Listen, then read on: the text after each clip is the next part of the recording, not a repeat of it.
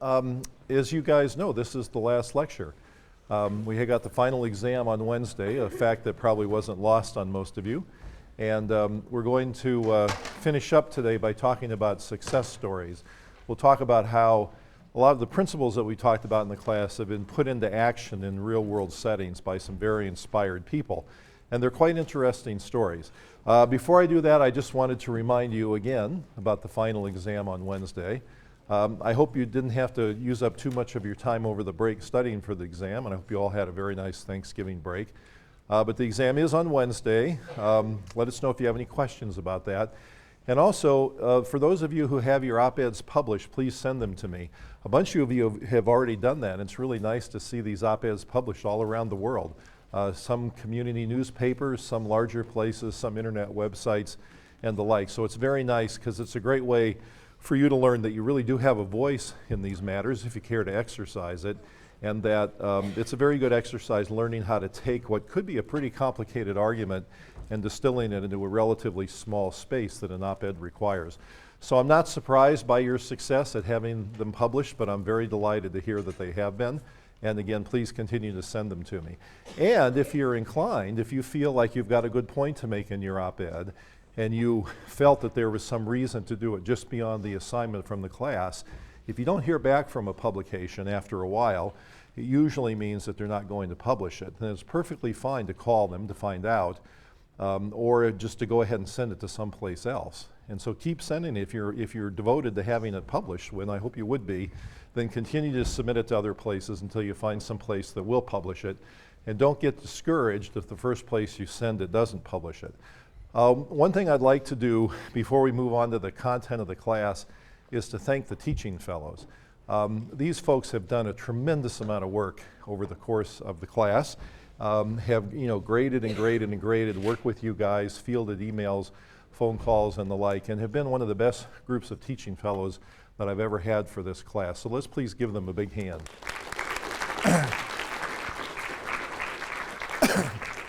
And as I did in the beginning of the class, don't forget that they're going to be grading your final exam, so maybe you should give them another hand. There you go. All right. So let's talk about changing the food environment. Now, we've talked about a lot of reasons for changing the food environment, and they break down into three broad categories, and depending on which category you pick as the most important, you start finding groups that are interested, scholars who are interested in it, and governments that are interested in it. And they basically fall into three categories.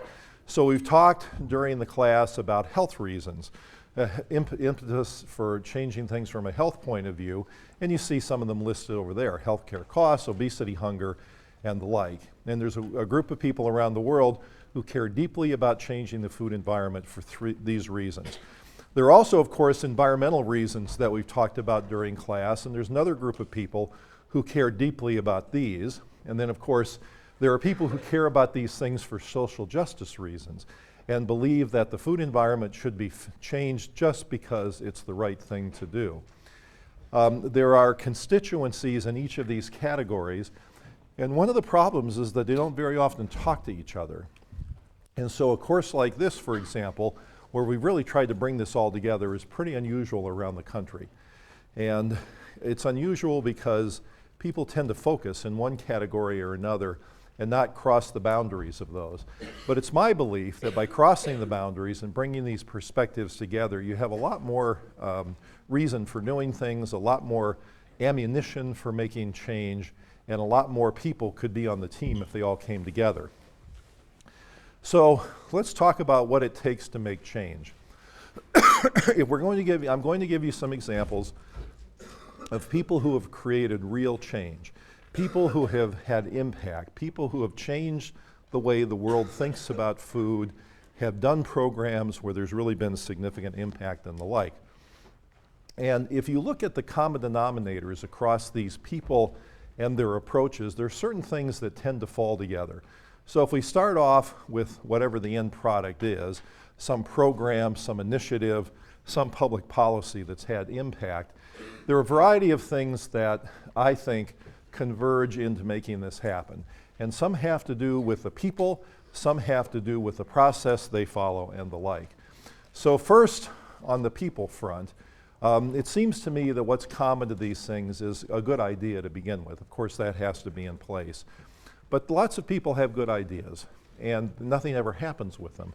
So what really makes a difference to some extent is the personality of the individual who is driving for the change. And that has to do with their passion and, of course, their personality characteristics.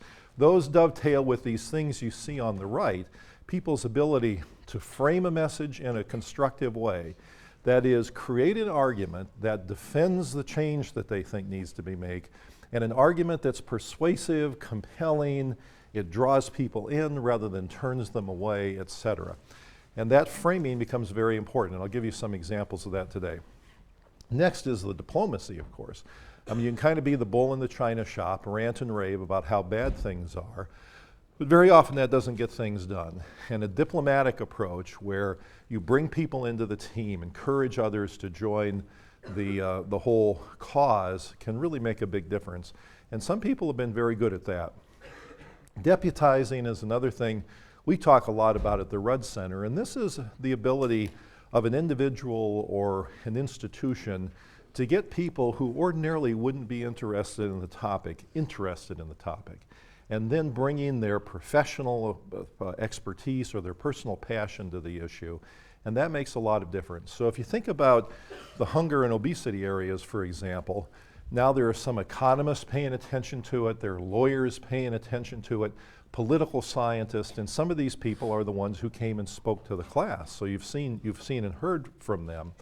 Well, the fact that they got deputized into the cause, the fact that these were all people who used to pay attention to other issues, but now are paying attention to food issues can really help a lot because they have new perspectives, new ideas, victories they've won in other arenas that can now be applied here. So that deputizing that some people have a real knack for is very important in this.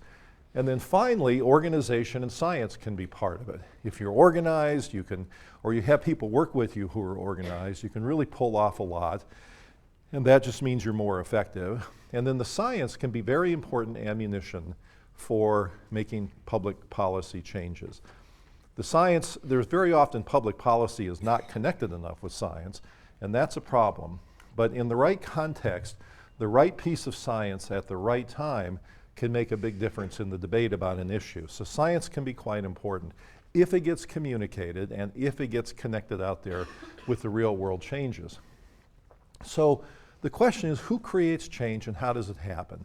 And I'm going to give you several examples of people, one of whom is this person right here, whose name is Alice Waters. Now, we've mentioned her before in class, and she gets mentioned here and there in the readings. She's a very interesting person, and I'll come back and tell you more about her later. But she's a well-known chef and author of a number of books. I'll show you some of those. Owner of a restaurant in Berkeley, California called Chez Panisse, and is an activist who's pushed very hard for bringing local food to people, better foods in schools and the like.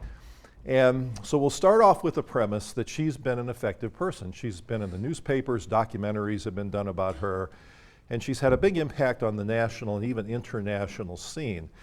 And she's considered by many to be a visionary, inspirational person. So what is it about her? What is it about her that's made her effective in this context? So we'll talk about that and then talk about how the ideas get put into play and how one can make change and go about doing that.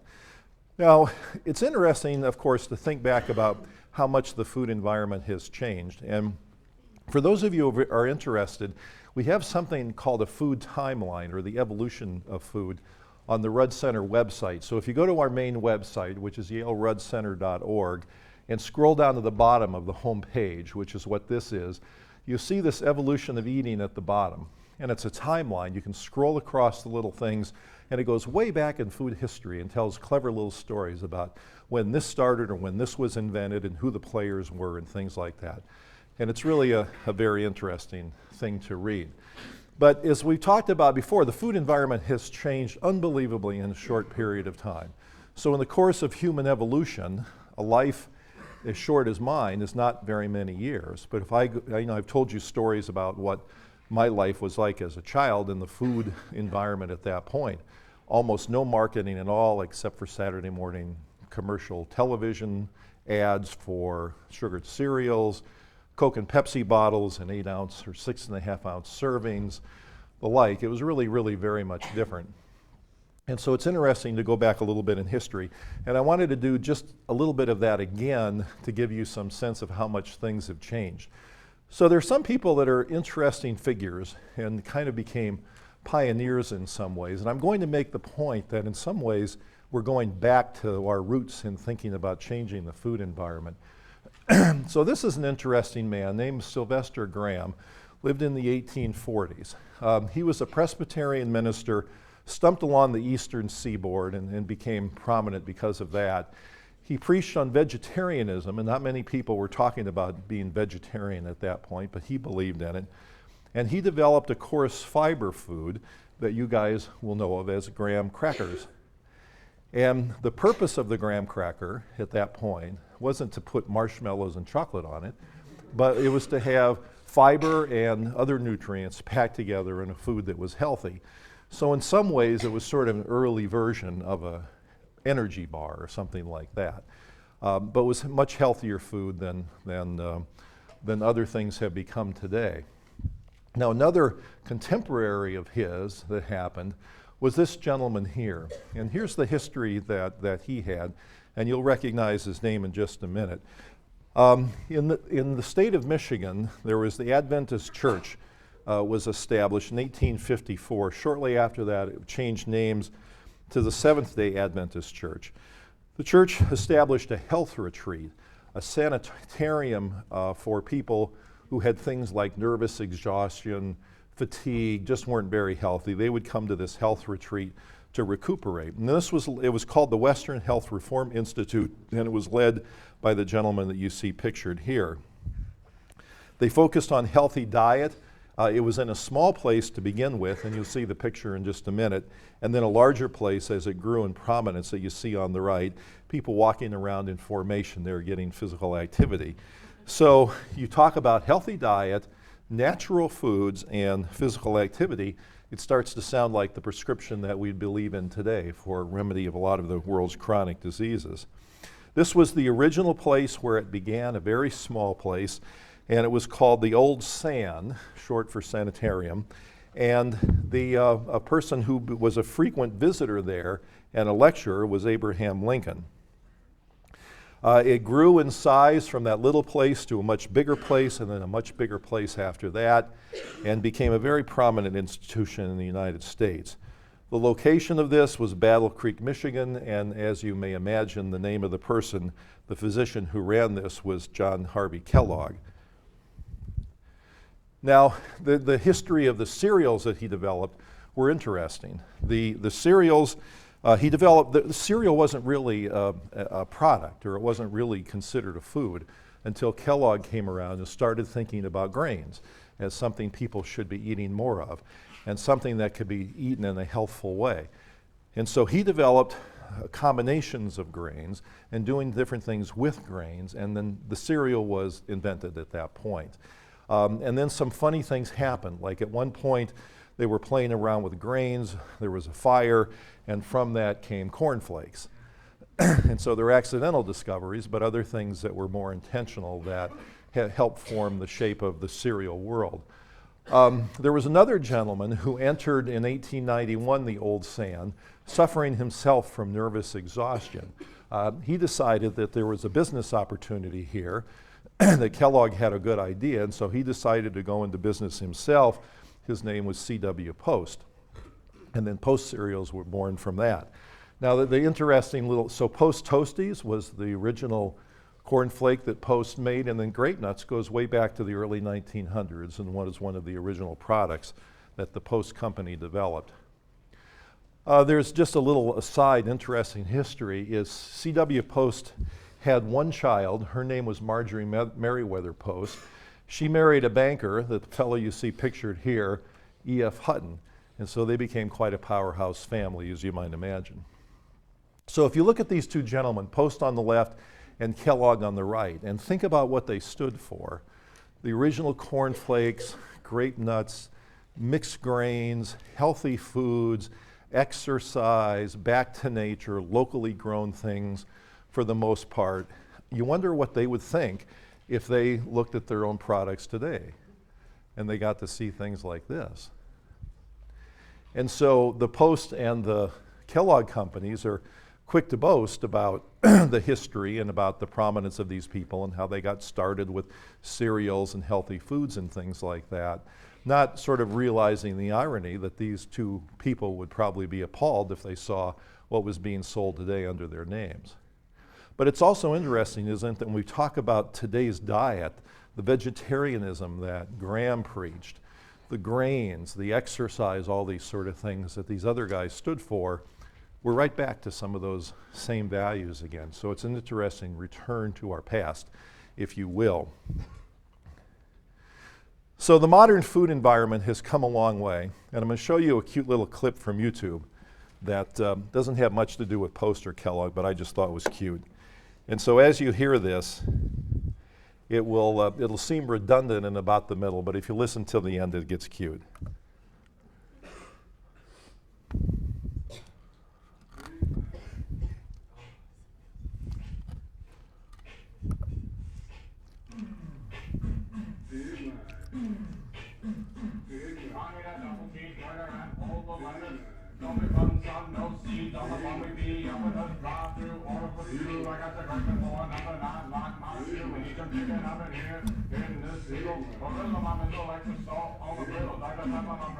Another for your mama, double, supersize, and don't forget the fries. That's about it. Sorry, I didn't wake up the double cheeseburger. We'll slow it down for you. Can you throw that down again? Big much.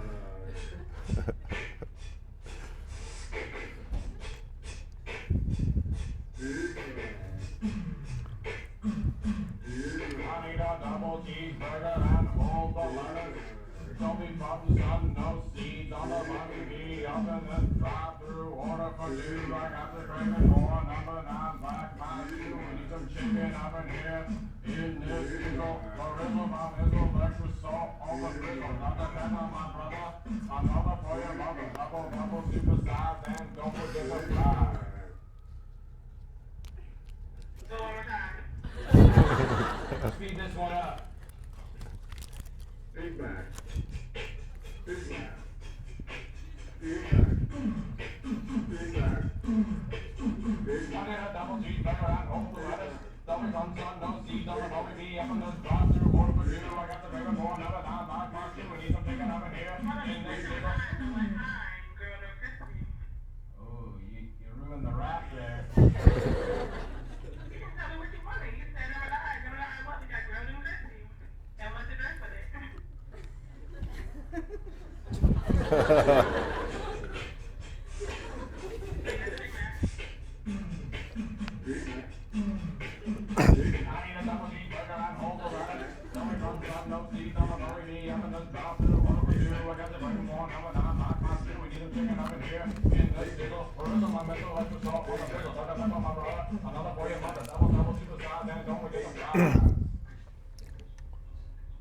Crispy.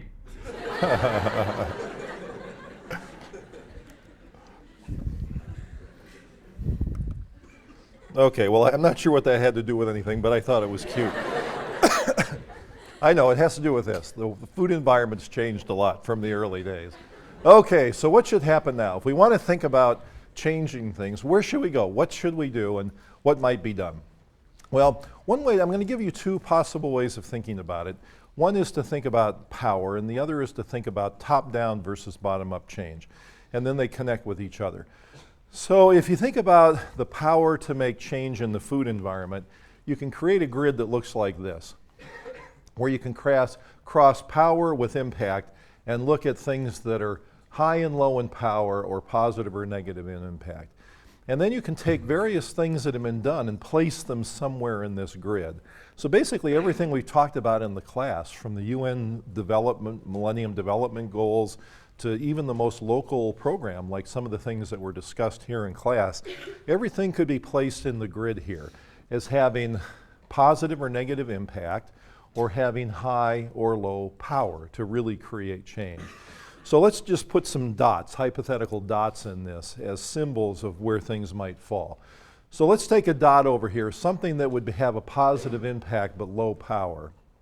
So when you heard about the local sustainable food projects, for example, those have high local impact, but nothing really is happening nationally because of some program that might be occurring here in New Haven. It could potentially, but it's not yet. It's really a locally focused impact, a very positive one, but low power on the national or global scene.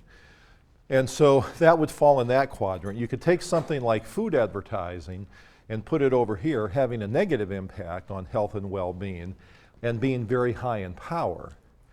And so we could think of all the different things we've talked about and populate this grid with various things that fall into different quadrants. And if you want to make change, so this would be the status quo. This is where things might be right now. If you want to make change, there are a couple of ways that one might proceed. One way would be to work down here, and that's to find the things that are having a negative impact and try to change the situation by moving the dots over here. So you're taking the things that are having a negative impact and making them less powerful. So a perfect example of that would be efforts to reduce the amount of food advertising that children are responding to. It's still going to be there, but if you reduce the amount of it or put limits on the type of it, you'd be giving it less power. So that would be moving the dots from one part to another. And we talked about a number of things that would fall into that category already. The other way to do it would be to focus up here in this quadrant, to take things that are positive but low in power and try to move those dots over here, and so you end up with higher power with those programs. You take something local and make it spread, make it more prominent, create a national law or a state law that puts it into place in more localities would be examples of that. And so the people that we're going to talk about today are people that are doing just this sort of thing. They're taking things that started small, started with an idea, but they're making them more powerful, more prominent, and bigger. And that's one key to making social change. And that's one area where the people that we're going to talk about work. So those moving things from the bottom left to the right is really a top-down approach for the most part. You need government to be involved. You need laws, regulations, litigation perhaps, those sort of things. And that really is a top-down approach that might work like this, where you get federal action or state action, usually in the form of laws or regulations. Those things percolate down here to the individual. And so you start at the top and you hope to create things that affect the lives and the behavior of individuals. Now you can also look at what happens in between, which is local action that affects the individual. So these two things percolate down to local actions, which in turn affect the individual, which sometimes happens. And of course, sometimes global action might create this sort of a thing. Now, it's startlingly apparent how seldom this happens with the United States, that last line that gets put in, where the rest of the world takes the lead, they come up with creative, ingenious ways of solving problems, and we don't listen. And so the perfect example of the American arrogance has to do with the environment, America not signing the Kyoto Treaty, and things that a lot of you guys know about. Now, my own politics are showing through here. But why do I feel that way? Well, I travel a lot around the world. When I go to various countries and we talk about food nutrition issues, very often the people from other countries just say, when will the US ever catch up? You know, when will they ever stop getting in the way of global advances of these sort of things? So once in a while in the US, the global action will affect what we do, but not enough. But sometimes it does happen. But this would be a top-down approach. And so an example of that would be menu labeling, which is a very prominent issue out there now, as we've talked about in class a number of times. Putting calories or other nutrition information on menus at restaurants or on menu boards in the drive-in windows at fast food restaurants. Now this is being fought out a lot across the country in the federal arena, with several people in the House and the Senate introducing legislation on menu labeling, the food industry introducing its own weaker legislation as an act of preemption, things happening at state and local levels around the country. Why is this important? Well, more and more people are eating out. So now over half the American food dollar gets spent eating outside the home.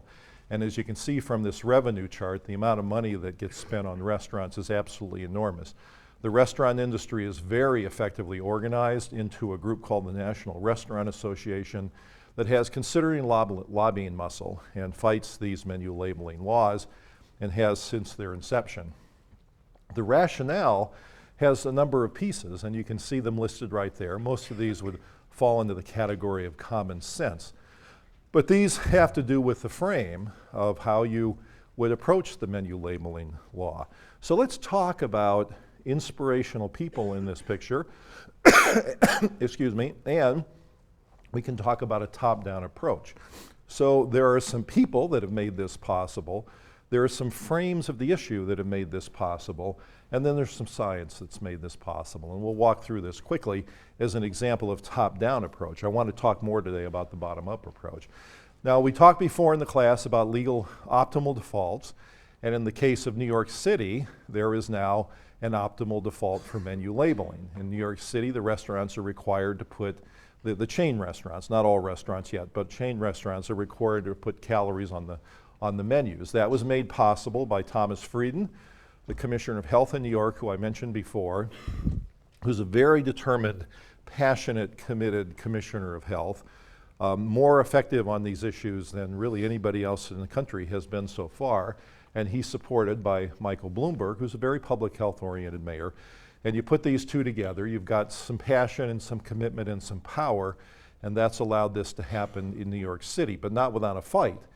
And so the restaurant industry sued New York City 2 different times, ultimately lost, and so now menu labeling is in effect. But there are different ways to frame the issue. Now they have, the health commissioner there and the people working with him and the advocacy community have had to go out and convince the public that this is a good idea. And you have arguments to convince people that it's a good idea. And the frame is really a very important thing. And there are 2 different ways this issue has been framed, one more prominent than the other, but in my mind, the less prominent one perhaps is the ultimate winning argument here. One is health, of course. People are eating out at restaurants. They don't eat very well when they eat at restaurants. They don't know what's in the food. They deserve to know. It's a pretty clear argument, logic chain right there. And that's the most prominent argument that gets made. The risk in pursuing this argument, it's a very good one, and depending on what the science shows, it could be a very good frame. But as we know from science, several predictable things are going to happen. The science on an issue will be mixed. You'll have some studies that will say that it's good, some studies will suggest that it's not good. That's just the nature of science. It'll take a long time to work this out. The proponents will seize on the positive science, the opponents will seize on the negative science, and in the minds of the public, it kind of gets put into this mash that ultimately may not make much sense to people. And the science could help this argument, or it could weaken the argument depending on what the science shows. And one thing you can almost guarantee is that the food industry will support scientists that are friendly to the food industry to do their own set of studies, and one can pretty much guess in advance what those studies will show, and that will muddy up the waters even more. A second frame is that people just have a right to the information. And this is a frame that's very hard for the industry to refute. And that argument, I think, can be very important. So here, for example, up in that doorway there, and the doorway there you see exit signs. There's another one there. Probably nobody has ever done a study to suggest that lives are saved in the event of a fire with exit signs posted in bright red letters. But you have a right to have that information there. Just in case it's helpful, just in case it might save your lives, you have the right to have the information there. You're all wearing clothing that has tags on it, okay? That's all part of somebody, sometime, pushing the government to have tags on clothing. Why? Nobody's ever done a study to show that you're better off because you have tags on your clothing, that you're going to live longer, you're going to save money, you're going to make wiser choices. But you want it there, and you'd probably be upset if it got taken away. Why? Because it's your right to know what's in the clothing. So that would be an example. Okay, even on a pillow, you see this sort of thing. Even if you gargle with Listerine, there's a label that will tell you what's in it. And of course, there's the precedent with food labels. In packaged foods tell you what's there. And my guess is that there would be complete consumer outrage if those labels got taken away.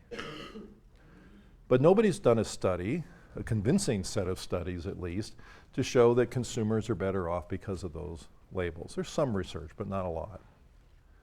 But it's the right to know. And don't we have the same right to know what's on restaurant labels? And so that's a pretty compelling argument. And as I said, harder to refute than the scientific one, which will probably end up mixed. But there is some science on this issue. And the science is very interesting. So for example, one argument is that the industry makes is that the industry provides information to people anyway. So you may see, if you go into a McDonald's outside of New York, where the restaurant, when the menu labeling isn't required, little pamphlets sitting somewhere, maybe a poster on the wall, and so or it's on a website. So they say, we don't need to put it on the menu. People can get it anyway, and we make it available. Well, our very own Christina Roberto, one of your teaching fellows, did a very interesting study in some places, fast food places around New Haven, to find out how many people actually access that information, and it turns out to be about 1 in 1,000. So yes, they make it available, but no, people aren't using it, and it's not having any impact on consumer choices. Another bit of information is that consumers don't want the information. The industry has made this argument. People really don't want it. They don't care to have it. They're out to enjoy themselves, and they don't want their experience spoiled by knowing how many calories are in the food. But the polls show that that's really not the case. People really do want the information. And there are a series of studies on this. In fact, a very, very nicely done study that Christina has just completed and submitted for publication, showing the impact on what consumers choose to eat if they have the calorie information available or not. And without going into the details of the study, because it's not yet published, it makes a big difference. And so the science is supportive in this case, and you combine that with the argument that people have the right to know, you've got a pretty strong reason for doing menu labeling legislation, and that's a top-down approach. That would be government intervening federally or in a statewide or even local like in New York to make a difference, and that is an example of top-down. And if you're interested in this particular topic, we've done a report on this at the Rudd Center, and you can get to it from our website. And we've also published a paper that I think was in the readings, although I can't exactly remember, the paper on menu labeling legislation laws. Okay, now let's talk more about the local innovation approach. Let's talk about bottom-up kind of an approach. Starts with the individual. An individual in an area, a legislator, a person, a parent, anybody in the population can become an agent of change if they have the right characteristics and a good idea behind them. So the local innovation approach starts with the individual. Usually that person gets other people on a team and they form some kind of a group, may give it a name, may not. But these people then work to create local change by doing these things, where they try to get public opinion to change, and that allows institutions to change. So parents who band together to try to get better foods in schools would be an example of this. That would all start with an individual, then other people join the team, and then you get institutional change. And then when these things happen, at some point you hope that government gets involved and does something systematic, so that parents may get together in a given school, change things in the schools, but then you hope the local government might get involved and create change in the whole school system. That's what's happened in Berkeley, California with the program I'm going to talk about in a minute. And then of course an individual, an inspired individual, even by themselves can make a difference. This is one of the reasons why I've asked you guys to write op-eds, because it's a way to show that you really can make a difference. Now, why is local action so important? If you're looking at changing things on the net, let's say for the whole country, why can't we just have the federal government make laws and then the job is done, you've got everything taken care of, and in one fell swoop you get change, you don't have to worry about all kinds of things happening locally, which would involve thousands and thousands of communities, or at the very least 50 different states. Well, here are some of the reasons. Federal government tends to be much more affected by business interests than state and local governments, and therefore the federal government can be very slow to react on some of these fronts. In the tobacco arena, which has been a major public health victory, Only half the people smoke now that did several decades ago. That was totally done at local and state levels with taxes, Clean Indoor Air Acts, and things like that. The federal government's still done very little to deal with the smoking problem. And these other reasons, as you can see, are very important as well, that lots of times local ingenuity makes a difference. Industry can't fight all these local fires.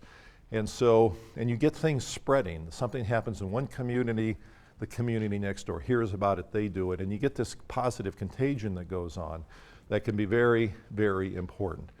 But also, of course, if people are doing these things in their own communities, they own the change. They feel like they created it, they owned it, they developed it. And that's a very powerful impetus for things to keep going once they've become initiated. So there are lots of examples of local action. And you've heard about some of them from the guest lectures. You've read about a lot of them in the readings, and you've seen examples of these. So I'm just going to go over a couple quickly and then a few in more detail in this context. One example are community gardens. So this is the corner of 25th Street and Dickinson in northeast Philadelphia. So you can see from the surrounding neighborhoods that it's not the wealthiest area. The area where this community garden now exists was probably burned down houses or abandoned houses. They got torn down and the green space got created. So this would be an example of a local victory that's occurred, in this case in Philadelphia. So that's one thing that can be done locally. Community-supported agriculture is another example. Now, we haven't talked about this specifically, but I think Jen McTiernan alluded to this when she talked about City Seed, but CSA is where you buy a share of a farm. Now, it might only cost you $10 a week for the growing period or something like that, but then you own that little tiny share of the farm, and then each week you get money. You get, not money, but you get food from the farm. And it's a way where the farmer gets money in advance, the farmer then has a steady income, knows how much to grow, people get locally grown fresh food, the cost of your share goes down if you go and spend some time working on the farm, and these CSAs are really spreading around the country. There are a number of them that exist around the New Haven area. So that's another example of local victories. There's the guide here on community-supported agriculture, if you're interested, and I've given websites for the various things down there. And let's use some specific examples of local action and talk about both the people and their ideas. And the Yale Sustainable Food Project is one, but of course you've heard about that already. And this was founded by Melina, who you heard from in a guest lecture, and Josh Vertel, who was here for a number of years, co-running the Sustainable Food Project with Melina, but got recruited to be the president of Slow Food USA and has left the New Haven area. City Seed, you heard from Jennifer McTiernan about that, so those are examples of local people making a difference. The edible schoolyard I'm about to talk to you about, and that's with Alice Waters. I'm going to talk about Jamie Oliver, the chef from Britain, who Marlene Schwartz talked about briefly in her lecture. I'm going to talk about a program called the Sustainable South Bronx, and the woman who runs that is Majora Carter. So in each case, in each of these bullet points here, what you see are inspired, committed, passionate, and effective people, and that's what's made those programs possible.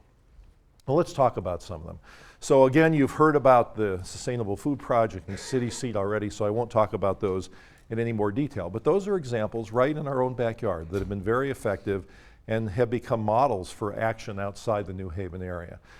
All right, let's loop back to Alice Waters. Hey, I mentioned she's a chef, an author, owner of a restaurant, etc. Alice went to France when she was young, studied to be a chef, came back to the United States and founded what may have been the first sustainable, locally grown oriented, healthy food restaurant in the United States in Berkeley, California, called Chez Panisse. But then she did many things after that. Here's a picture of Chez Panisse. If you're in Berkeley, it's a fabulous place to eat. I've been there a number of times and it's really very good. Alice has written a number of books as a chef, so she's written Chez Panisse Fruit, Chez Panisse Vegetables, but a variety of other things. Her most recent book is this, The Art of Simple Food, which is very interesting and well done. So she's been quite effective as an author. But perhaps what she's best known for is this project in Berkeley called the Edible Schoolyard. This used to be a paved parking lot behind a middle school, the Martin Luther King Middle School in Berkeley, California. Alice, some years ago, had this very inspired idea that you're now seeing more around the country, primarily because of her, which is to create a garden food experience for the students right there on the schoolyard.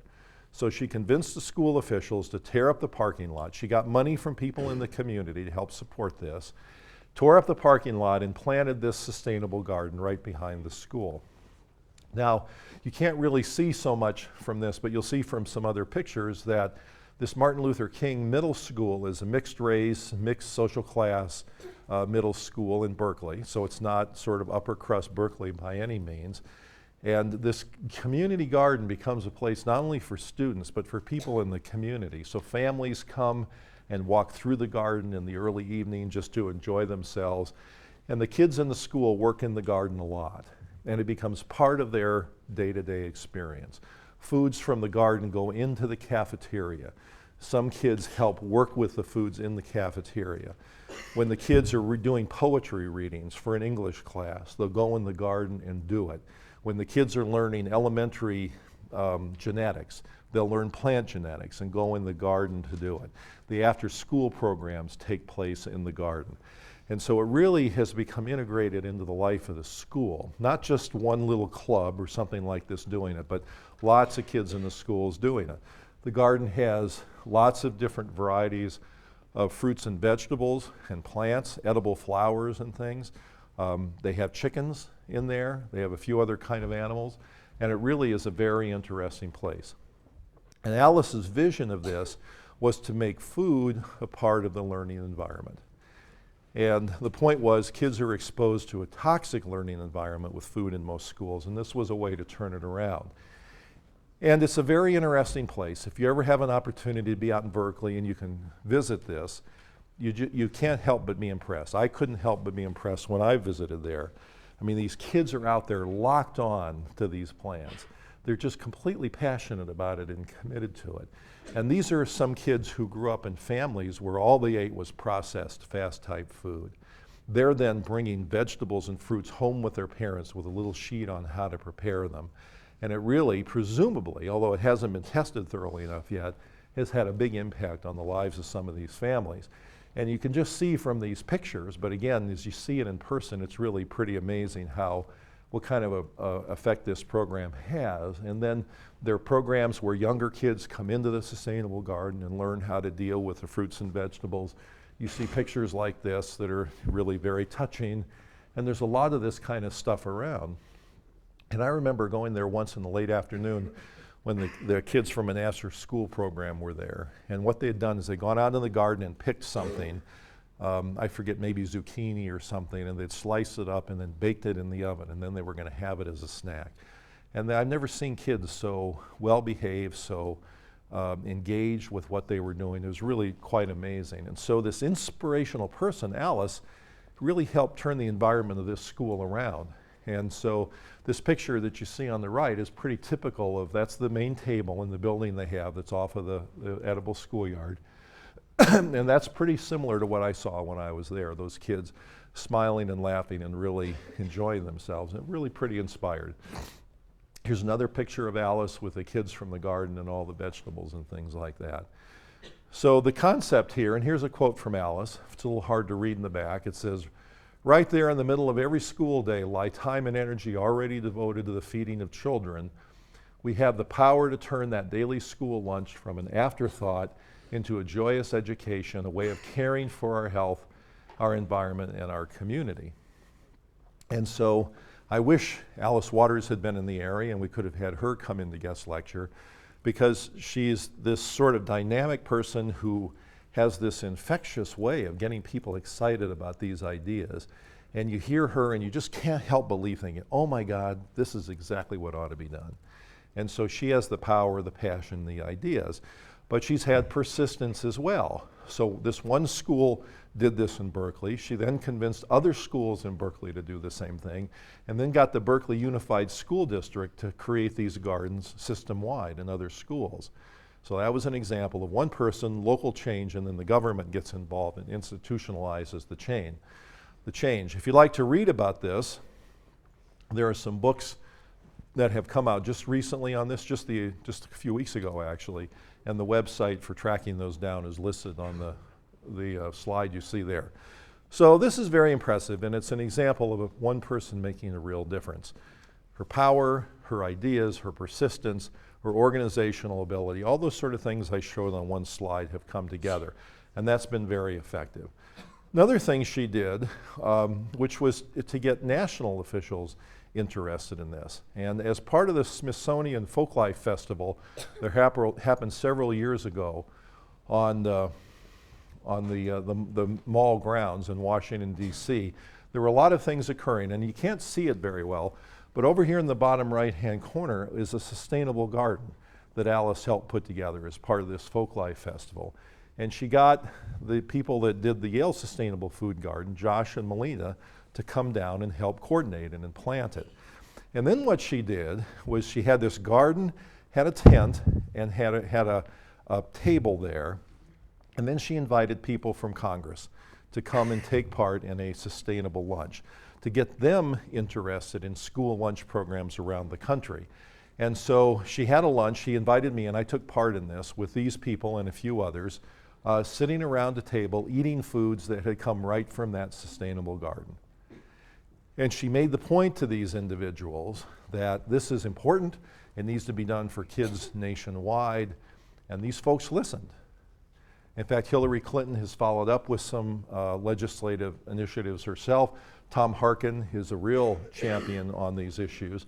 And there were several other legislators as well there who I think heard the message and got inspired by this.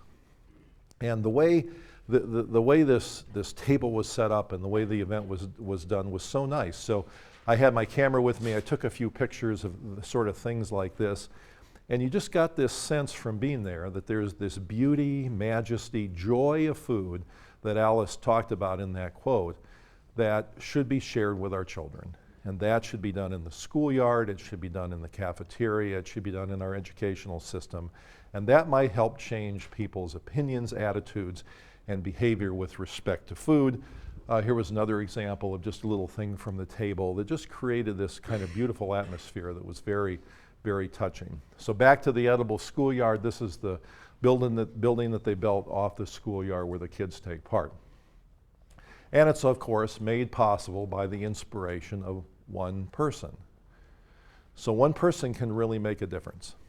It's one example. Okay, the next example is Jamie Oliver. And as Marlene mentioned in her lecture, Jamie Oliver is a chef, a prominent chef, has a national TV show in Britain, and is very popular. And he went by the title of Naked Chef, and it had nothing to do with what he was wearing. It was all about foods that were in their more natural form and weren't, covered by lots of other things.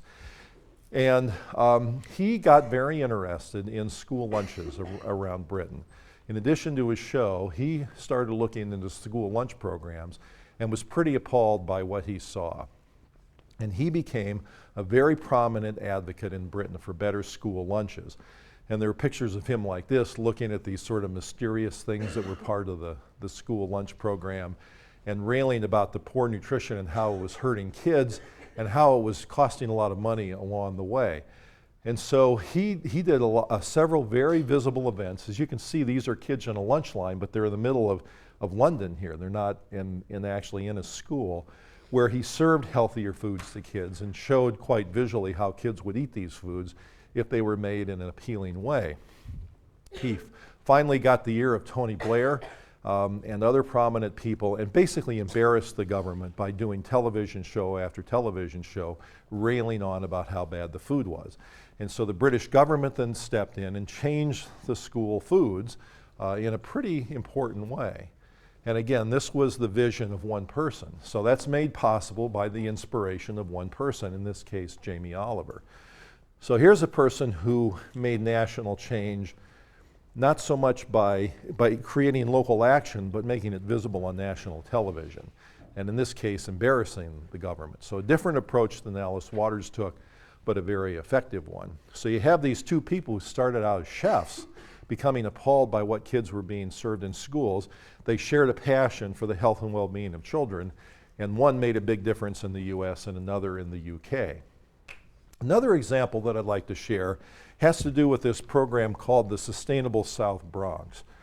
Now, this is a very interesting and inspired program that is run by a woman named Majora Carter. Now, the Sustainable South Bronx, and here's a picture of Majora Carter here. She, I think, has a master's degree in public health, but I'm not sure, but graduated at some point from Columbia University and really wanted to do something in her home area of the South Bronx.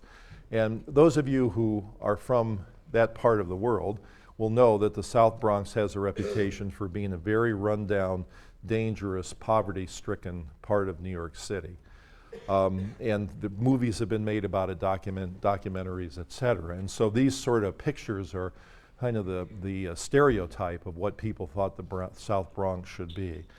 So if there was ever a place, if you wanted to find the toughest, hardest place to make change or to do something more sustainable, the South Bronx probably would have been at about the top of that list. But Majora Carter took it on by herself in the beginning, and then others joined the effort. She got city government involved, and now the Sustainable South Bronx is an award-winning program that has international visibility. They still have a lot to do, but they've made some good progress as well. So you can go to their website, which is Sustainable South, it's, let's see, ssbx.com, and that's listed on one of the previous slides. And you can scroll through the information, but it's very impressive. And I know a number of you have been in touch with me about places to go do summer internships, to do volunteer work and things like that. I don't know if the Sustainable South Bronx has those sort of things available, but boy, if they do, it would be a really very interesting place to work. And a lot of good things happen in the context of the Sustainable South Bronx. So one of the things that they talk about are urban heat islands. And if you do a temperature plot, and this is one that just has hypothetical y-axis there, and you look at temperatures in various places, you see a spike in temperatures at the same time of a year in urban places.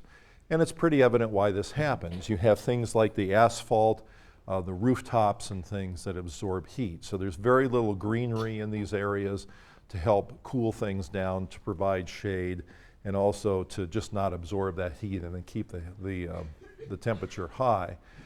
And these urban heat islands create climate issues for the people who live there, makes it less pleasant to live in the summer, but also makes it just generally more inhospitable. So one thing the Sustainable South Bronx has done to try to solve this problem is to focus on rooftop gardens. So in the South Bronx there are a number of rooftop gardens that have gone into place. So you take something that you might see on the left and transform it to the kind of thing you see on the right. So some people have taken aerial pictures of parts of the South Bronx before and after the Sustainable South Bronx came in. And what you used to see is just a constant slate of black, if you will. And now what you see is the landscape peppered by green rooftops. Not enough of them yet, but more and more of them happening all the time. And of course, you can see multiple benefits to doing something like this. Not only the urban heat island problem, but of course, getting people involved with growing their food. You have a little more locally grown food. You get people out, families out doing things together, et cetera. And so, again, you might see this kind of a thing on a rooftop. And when you talk to the people who work in the Sustainable South Bronx project and hear them discuss how this kind of experience can transform people, especially children, it's really pretty impressive. Now they have vision in the South Bronx, and some of this has come true, to take something like this and transform it into something like this. They will take something like this, a common streetscape in New York City, and create something like this. Now, in order to make this happen, you need commitment, you need the support of government, because of course there's zoning issues and All sorts of city agencies have to be involved, and you need money to do them. And so it takes an inspired person to get people together to invest in this, and that's what Majora Carter has been able to do. And you see photographs like this, where people are out in canoes and kayaks with not a very appealing background. But if that factory is abandoned, I don't know that it is, but if it is and it gets torn down and be replaced with park areas, you've got a lot more livable landscape. One of the things they did originally was to create a schematic for Hunts Point and create a riverside park there, and now they're trying to put that into place. They've talked about the South Bronx Greenway and have created a map for where it can go now and where it's likely to go in the future. And of course, you can imagine in an area like this how challenging that would be to create a greenway trail type thing. But they're working very hard on it and having some success. And there's some very interesting and creative things that they've talked about. First, they brought people together in order to argue for justice. So remember when the first slides I showed, reasons to make change in the environment. You've got health, you've got the environment, and you've got social justice. Well, here, these people are tapping into two of those frames, really. Well, all three, if you will. But there's the health of our children is being threatened. You've got a social justice issue going on here. And then, of course, the environment's involved there. So when people band together like this, they can become a powerful force. So this would be an example of deputizing people into a cause. Another thing that they talked about doing there was to take the Sheridan Expressway, which was an underutilized expressway in New York, and decommissioning it. So shutting it down, tearing parts of it down, reconnecting neighborhoods that previously had been divided by this expressway, and use it to create park space, open space, and green space for people. Now that's a pretty bold idea, isn't it? Decommissioning the whole freeway, tearing some of it down and using it for things, but that's what they're working to accomplish as part of the Sustainable South Bronx. So very impressive. And here's another picture of Majora Carter. The picture's a little dim, but I think the second person from the left is Mayor Bloomberg, and a number of other officials there who are breaking ground for one of the projects that part of the Sustainable South Bronx. So another example of somebody making a real difference. So again, made possible by the inspiration of one person. So you've seen these examples. You've seen the Yale Sustainable Food Program, City Seed, Alice Waters, the Edible Schoolyard, Jamie Oliver, and now the Sustainable South Bronx.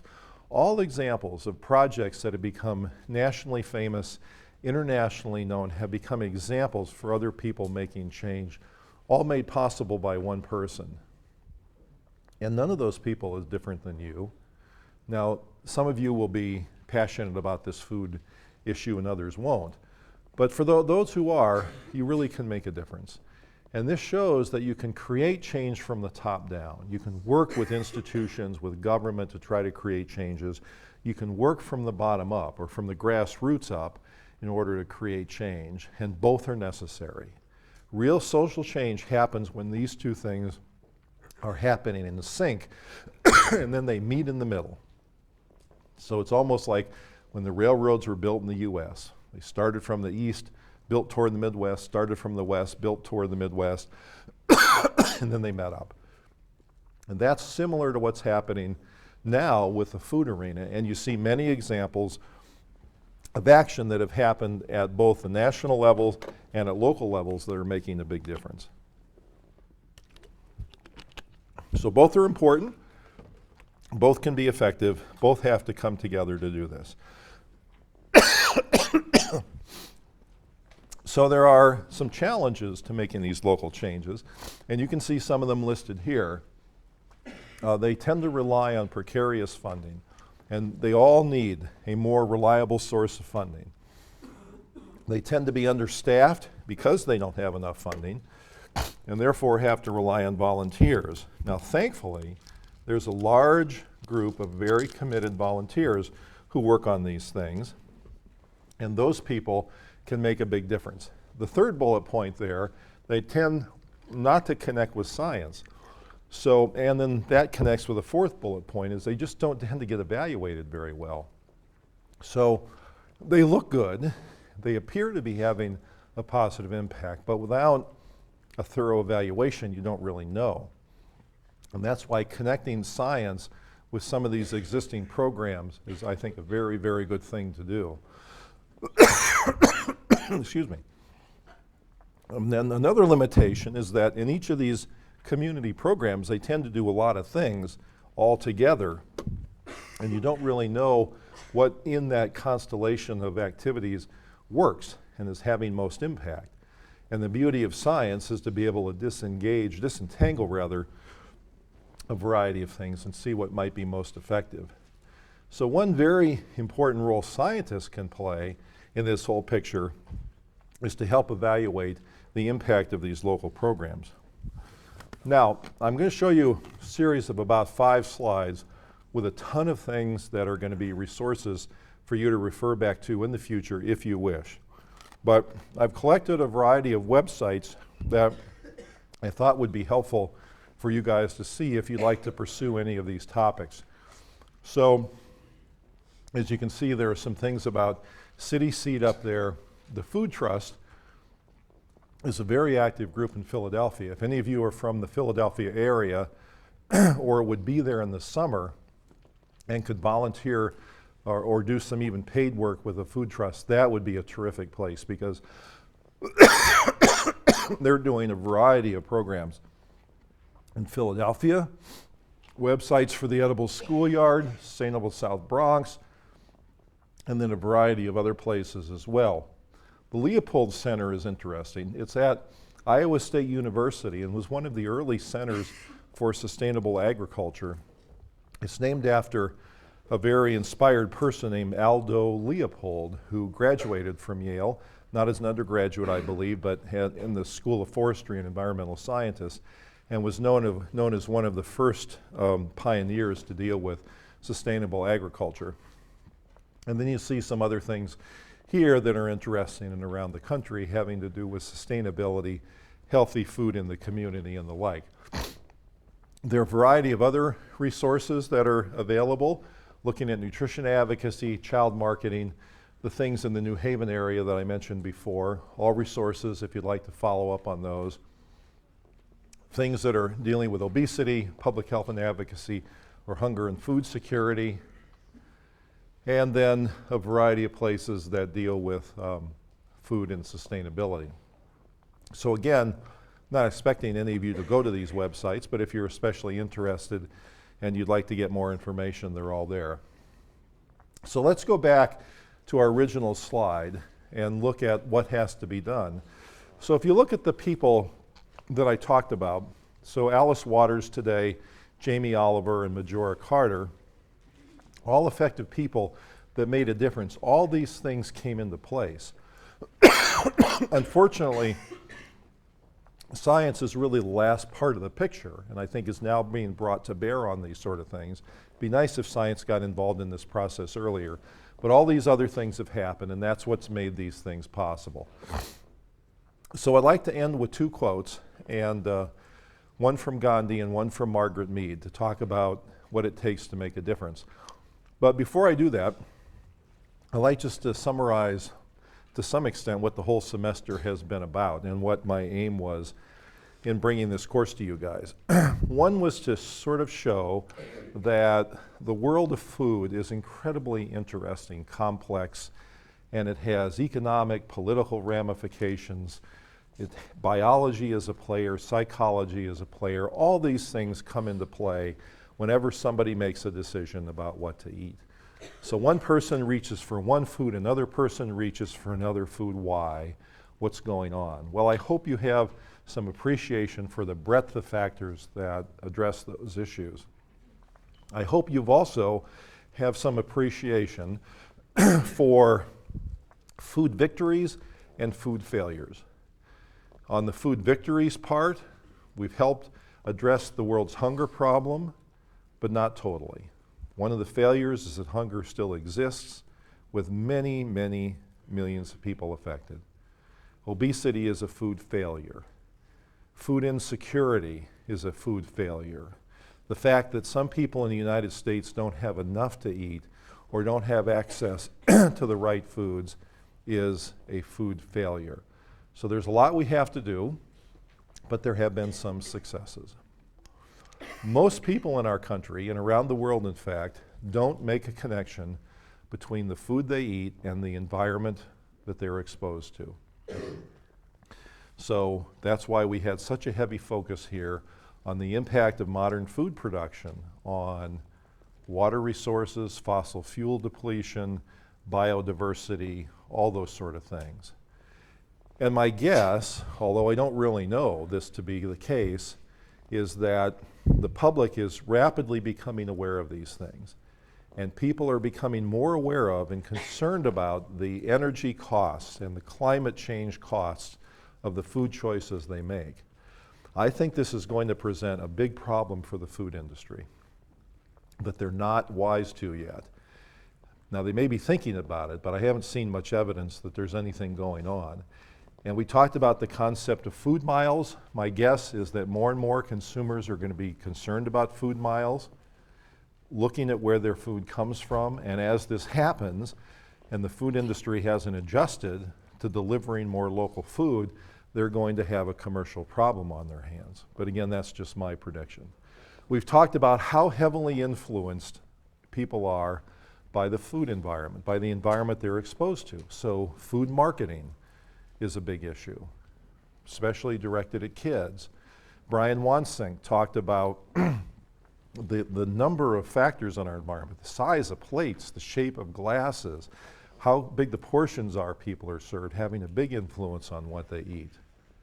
Marlene Schwartz talked about the food in schools. Rogan Kirsch talked about the variety of political things that affect food. It's amazing how broad this area is and how many factors are influencing what people eat. I also hope that you've come away with the appreciation of how important these things are to health and human well-being.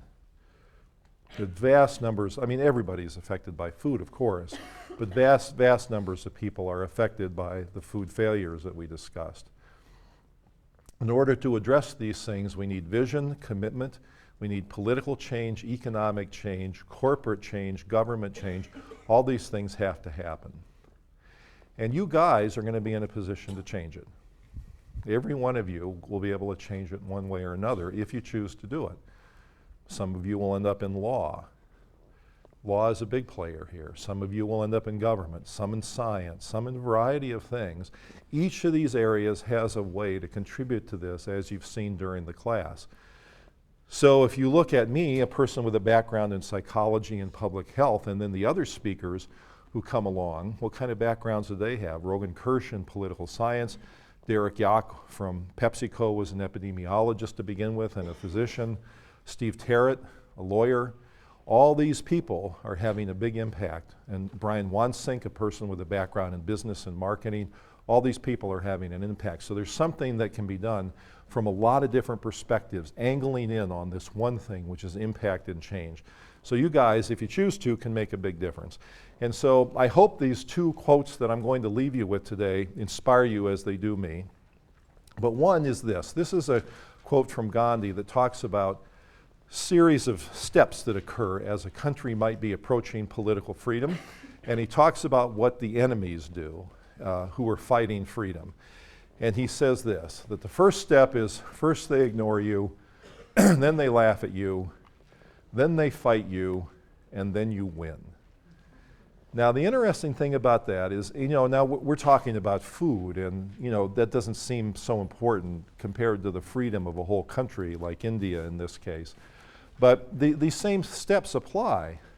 If you first talk about how the food industry and the people in government who favored the food industry responded when all these concerns first started getting raised, there was no threat, so they ignored it in the beginning.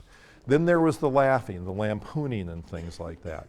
So I have a whole series of things I could show you where I've been lampooned in various publications, editorial in the Wall Street Journal, variety of places like that, that have sort of laughed at the whole thing in the beginning. But then the threat became apparent. Then the people who were favoring the status quo and not wanting change felt like they had to fight. And that's the stage we're in now. And then to some extent, some of the victories are starting to occur. So the moral here is keep going. If you feel you're right and you're passionate about a topic, whatever it happens to be, and whatever position you embrace on this, keep at it, and then keep at it some more, because you might be plodding through some of these stages. And then the last quote that I'll give you is from Margaret Mead, a famous sociologist who talked about whether one person or a small group can make a difference. And she says, "Never doubt that a small group of thoughtful, committed citizens can change the world. Indeed, it's the only thing that ever does." So good luck with the final on Wednesday. We'll see you guys then.